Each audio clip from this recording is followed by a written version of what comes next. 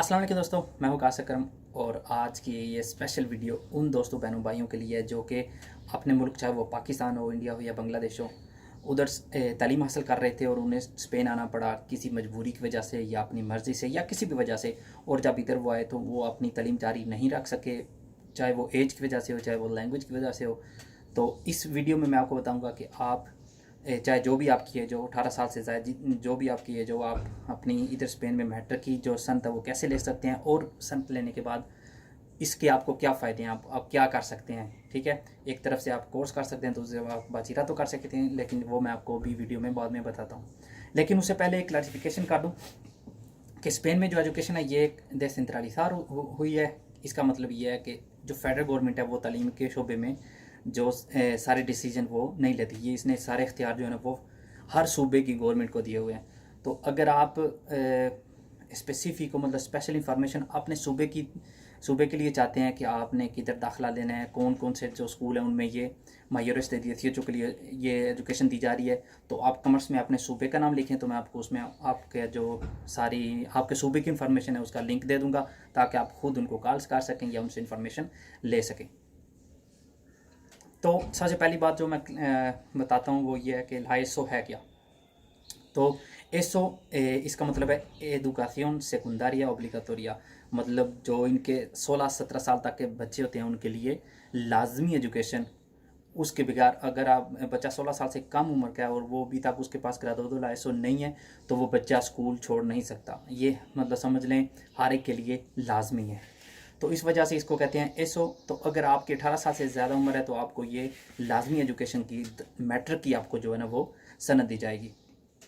तो इसका क्या मतलब प्रोसीजर इसका क्या होता है। प्रोसीजर इसका कुछ इस तरह क्या है कि आपने 3 एग्ज़ाम देने हैं साल के बाद। उसके लिए आपके पास 3 ऑप्शन है। आप इसकी तैयारी स्कूल जाके कर सकते हैं जिसको कहते हैं प्रेजेंशियल। आप इसकी तैयारी ऑनलाइन कर सकते हैं जिसको कहते हैं आदिस्ताफिया।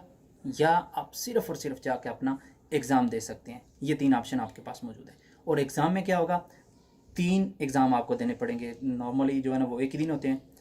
एक जिसमें एक ही एग्ज़ाम में रियाजी के मतलब मैथ के क्वेश्चंस होंगे, फिज़िक्स केमिस्ट्री के, बियोलॉजी के और टेक्नोलॉजी के थोड़े से मतलब बेसिक पॉइंट्स पे। ठीक है, अगर आप प्रेजेंशियल मतलब जाके तैयारी करते हैं तो वो आपको मतलब सारी जो है ना प्रोसीजर आपका समझ आ जाएगा। लेकिन अगर आपको सही तरह से पता नहीं तो ऑनलाइन भी शायद आपको समझ आ जाए, लेकिन एग्ज़ाम पे आप ना जाइएगा, ताकि मतलब क्योंकि आपको नहीं पता होगा कि आप आपसे क्या पूछने जा रहे हैं। ठीक है, इस ये कोर्स करने का या लाइसो करने का आपको एक और भी फ़ायदा ये है कि आपको एक तो स्पेन की हिस्ट्री के बारे में या इनके कल्चर के बारे में पता चलेगा। दूसरा, आपको लैंग्वेज आपकी बेहतर होगी। और तीसरा ये कि अगर आपने अभी तक लैंग्वेज के एग्ज़ाम नहीं दिए, आपको 2-3 साल रहते हैं अभी अपना जो टाइम है वो पूरा करने के लिए, तो वो दोनों एग्ज़ाम आपको देने नहीं पड़ेंगे। और इसका जो कॉस्ट है वो भी मतलब समझ लें, जो आपने जो तासास देने होते हैं, नॉर्मल एक बच्चा जो स्कूल जाता है उसके पब्लिक स्कूल होते हैं ये, इस वजह से जो तासास होते हैं वो ये आपको पे करने पड़ेंगे। तो एक एक साइड पे ये पब्लिक स्कूल है, कोई इसमें फ़ीस वगैरह भी नहीं होगी।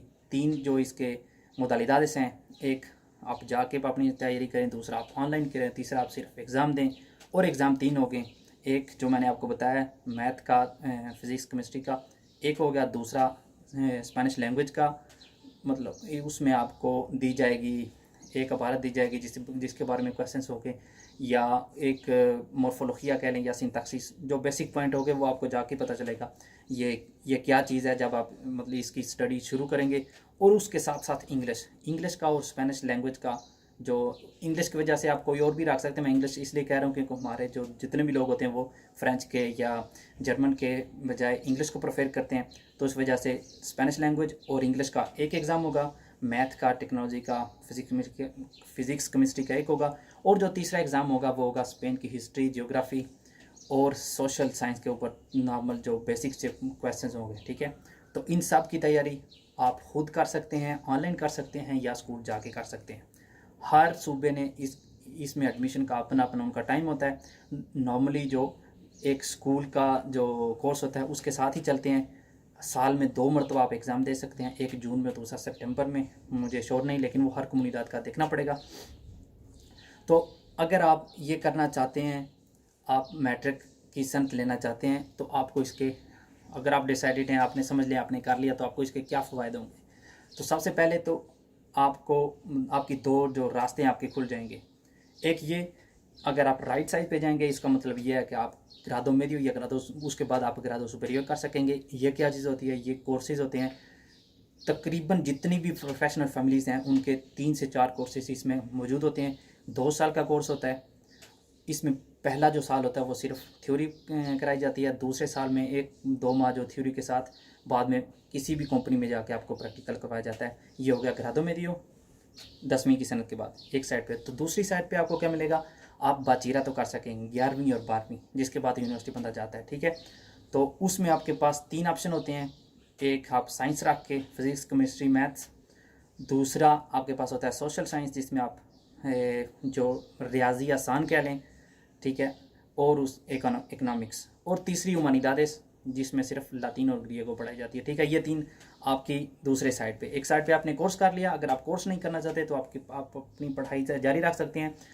और इस तरह के भी जो बाचिरात होता है, इसके लिए भी आपको स्पेशल जो है ना वो स्कूल होते हैं। जो लोग 18 साल से, या कह लें उनकी नॉर्मल बच्चे की जो एज होती है बाचिरात की, उसकी नहीं होती, ज़्यादा होती है, और काम भी बहुत ज़्यादा लोग करते हैं। तो उनके लिए 2 ऑप्शन होते हैं। एक जो रात 10 बजे तक उनका स्कूल होता है, 3 से 10 बजे तक या 4 से 10 बजे तक। दूसरा वो ऑनलाइन बाचिरात उनको करवाया जाता है। और जो नॉर्मल जो कोर्सेज होते हैं वो पिछले टाइम भी होते हैं और पहले टाइम भी होते हैं। अगर आप इस साइड पे जाते हैं तो ग्रादो मेडियो के बाद 2 साल का कोर्स होता है, आप सुपेरियर कर सकते हैं। इसी तरह का उसी अगर चीज़ में आप ज़्यादा स्पेशलिस्ट बनना चाहते हैं तो 2 साल का आपको एक और कोर्स करना पड़ेगा। और अगर बाचीरा तो आप करते हैं तो 2 साल बाद आप यूनिवर्सिटी इंटर हो सकते हैं, ठीक है। इस साइड पे अगर आपने जो ग्रादो सुपेरियर मतलब 2 साल पहले 2 साल बाद आपने किया, तो फिर भी आप यूनिवर्सिटी जा सकते हैं। और ये होगा बिना यूनिवर्सिटी एंट्री टेस्ट के। अगर आप बाचीरा तो करते हैं तो आपको यूनिवर्सिटी एंट्री टेस्ट करना पड़ेगा। लेकिन अगर आप इस तरफ से जाते हैं, लेकिन आपके 4 साल लगेंगे, 2 साल के बजाय 4 साल लगेंगे, लेकिन आप यूनिवर्सिटी बगैर किसी एंट्री टेस्ट के इंटर हो जाएंगे। और अगर आप यूनिवर्सिटी में भी वही पढ़ेंगे जो आपने इन 4 सालों में पढ़ा, तो आपके पहले साल में 3 से 4 जो सब्जेक्ट हैं वो आपके माफ़ हो जाएंगे और उनका आपको दाखिला भी पे करना नहीं पड़ेगा। अगर आप बाचीरातों की तरफ से जाते हैं तो ये चीज़ नहीं होती। तो ये थे बेसिक पॉइंट जो मेरे लिहाज से आप लोगों को पता होने चाहिए अगर आप स्पेन में अपनी पढ़ाई जारी रखना चाहते हैं। ये जहन से निकालते हुए कि आपकी एज क्या है। लेकिन इसके बावजूद अगर आपके पास कोई भी, चाहे आपके बच्चों की तालीम के बारे में या आपकी तालीम के बारे में कोई भी क्वेश्चन है, तो आप कमेंट्स में पूछ सकते हैं। और अगर आपको इस बारे में, अपने सूबे के बारे में जो मैंने आपको पहले बताया, ज़्यादा इन्फॉर्मेशन लेना चाहते हैं, तो फिर भी आप अपने सूबे का नाम कमेंट्स में लिख दें, तो मैं उस बारे में आपको बता दूंगा बाद में, ठीक है।